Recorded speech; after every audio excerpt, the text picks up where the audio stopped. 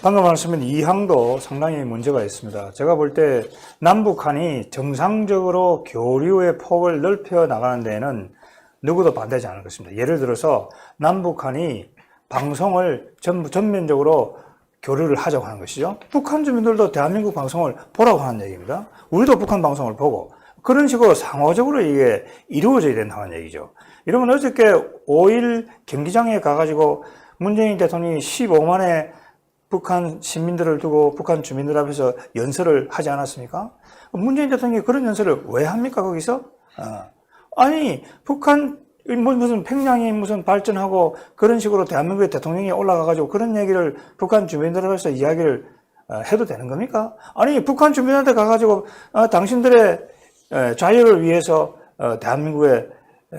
대한민국이 노력을 하고 있다. 이런 얘기를 사실은 해야 되는 거 아닙니까, 거기서? 그렇죠. 그런 얘기를 못할 바에요. 왜 거기 나서서 그런 연설을 하는 그런 쇼를 하는지 말이죠. 그건 도대체 제가 볼 때 대한민국 역사상 말이죠. 어저께 문재인 대통령의 그 연설은 말이죠. 아주 역사적인 오명으로 기록될 그런 연설입니다. 아니, 노예처럼 삶을 살고 있는 북한 주민 15만 앞에서 북한 주민의 어떤 자유라든지 인권이라든지 대한민국이 누리고 있는 그런 어떤 자랑스러운 그런 삶에 대해서 이야기를 하지 못하고 그 비굴하게 가가지고 거기서 무슨 이야기를 하고 있는 거죠? 아니, 제 얘기는 뭐냐면은 그 연설을 하려고 했으면 그런 내용을 가지고 연설을 하든지 그것이 불가능하다고 한다면 그 연설을 안 하는 것이 대한민국 지도자로서의 올바른 자세다. 그런 제가 말씀을 드리는 겁니다. 자, 여기 지금 교류 협력을 하자. 다 그거는 우리 상식을 가진 한국 시민들도 국민들도 다 찬성할 겁니다. 정상적으로 한다면 동독과 서독처럼 방송도 다 같이 보게 하자는 얘기죠. 왜 북한 방송만 우리가 보고 북한 주민들은 대한민국의 자유로운 방송을 보지를 못하는 거죠. 예를 들면 신의 한 수 이런 것도 다 볼 수 있게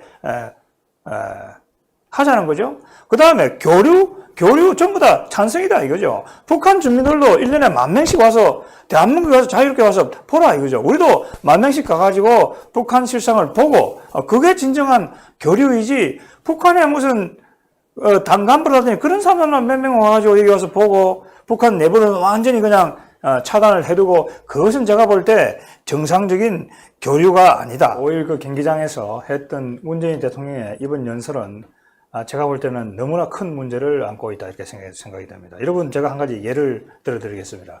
1963년 6월 당시 분단대 냉전식입니다. 분단대에 있던 그 베를린을 케네디 대통령이 방문했습니다. 그러니까 그 베를린이라고 하는 도시는 동독 안에 있었습니다. 그러니까 적지에 있었던 거죠. 네. 적지의 섬으로 있었습니다. 그래서 그게 동서로 동베를린, 서베를린으로 갈라져 있었는데 케네디 대통령이 서베를린에 가가지고 그 베를린 연설을 했습니다. 그 연설 내용이 뭐냐면은 이 서베를린이 고립되어 있지만은 이 서베를린은 자유의 이 요충지다.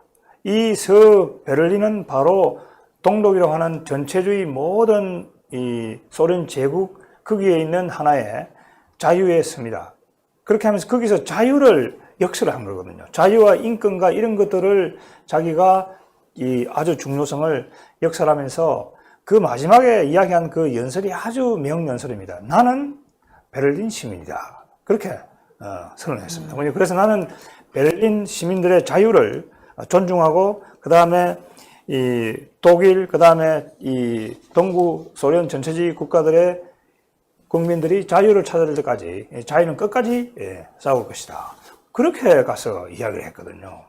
그런데 그런 연설을 하지 못할 바에야 왜 거기 서서 지금 문재인 대통령이 대한민국 대통령으로서 대한민국의 위신과 대한민국의 정체성을 훼손하는 그런 연설을 하는지 도대체 이해를 할 수가 없습니다. 왜 그런 지금 모르겠어요. 누가 또 그걸 그냥 쇼라든지 이벤트식으로 그렇게 하면 된다 아마 그렇게 청와대에서 누가 조언을 한 것 같아요. 그러나 대한민국의 대통령이 어느 자리에 가더라도 거기서 대한민국 대통령으로서 할 수 있는 이야기가 있는 것이죠.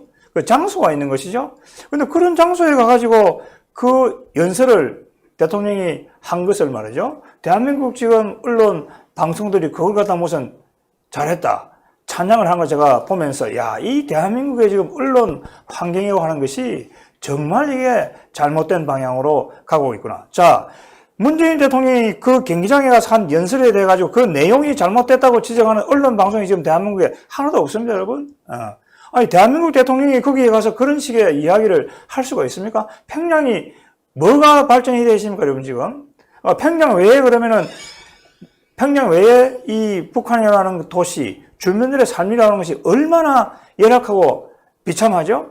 그 지금 평양 뒷거리라든지 그 평양 외의 어떤 도시라고 하는 것은 인간이 살 수 없는 그런 지금 도시로 되어 있는데, 거기에 가가지고 대통령이 평양이 발전하고 있고 마치 북한 전체가 개선되고 발전되어 나가는 식으로, 그리고 또 그것도 김정은이라고 하는 그 독재자가 뭔가 지도를 잘 해가지고 그것이 잘 되는 것처럼 김정은이 굉장히 어떤 유리한 그런 발언을 한다.